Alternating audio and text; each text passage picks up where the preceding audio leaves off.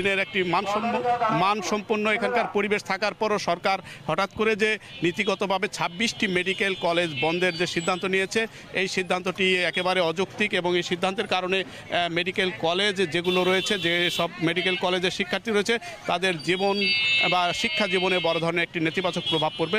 এই মুহূর্তে নওগাঁর মেডিকেল কলেজের একাধিক শিক্ষার্থী, অগণিত শিক্ষার্থী কিন্তু মুক্তির মোড়ে এসে তাদের এই কর্মসূচি পালন করছেন। তাদের দাবি আসলে যে পরিমাণের ইকুইপমেন্ট দরকার, সেই ইকুইপমেন্ট অনুযায়ী ইতিমধ্যে 6টি ব্যাচ কিন্তু এই নওগাঁ মেডিকেল কলেজ থেকে বের হয়েছে এবং 7ম ব্যাচ চলছে।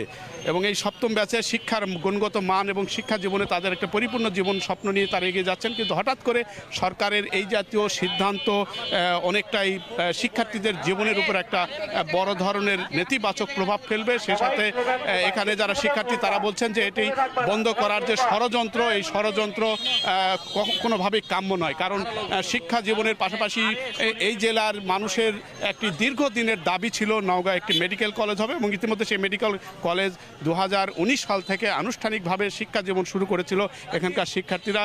সেই শিক্ষা জীবনের অনুযায়ী কিন্তু 5টি ব্যাচ বের হয়েছে, 7ম ব্যাচ চলমান। 7ম ব্যাচে কিন্তু অনেকেই শিক্ষা জীবনে এই মুহূর্তে পার করছেন। তো এখানে অগণিত শিক্ষার্থী, সে সাথে জেলার যারা সামাজিক সংগঠনগুলো রয়েছে, প্রত্যেকে কিন্তু এই আন্দোলনে তারা যুক্ত হয়েছেন, সমর্থন দিয়েছেন। নওগাঁ থেকে এই যে মেডিকেল কলেজ বন্ধ বা যে 26টি মেডিকেল কলেজ নীতিগতভাবে সরকার বন্ধের একটা সিদ্ধান্ত নিয়েছে, এই সিদ্ধান্ত অবিলম্বে প্রত্যাহার সহ এই মেডিকেল কলেজকে আরও গুণগত মান আনুষ্ঠানিকভাবে এখানকার যেসব অবকাঠামো দরকার সেগুলো দেওয়ার তারা দাবি করছেন।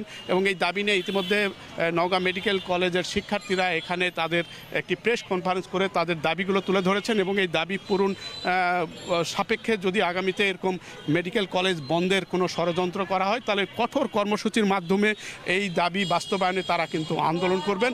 এবং সেই আন্দোলনের ধারাবাহিকতায় প্রথম পর্যায়ে আজকে তাদের এই কর্মসূচি তারা এই দাবিটি তুলে ধরে বলছেন।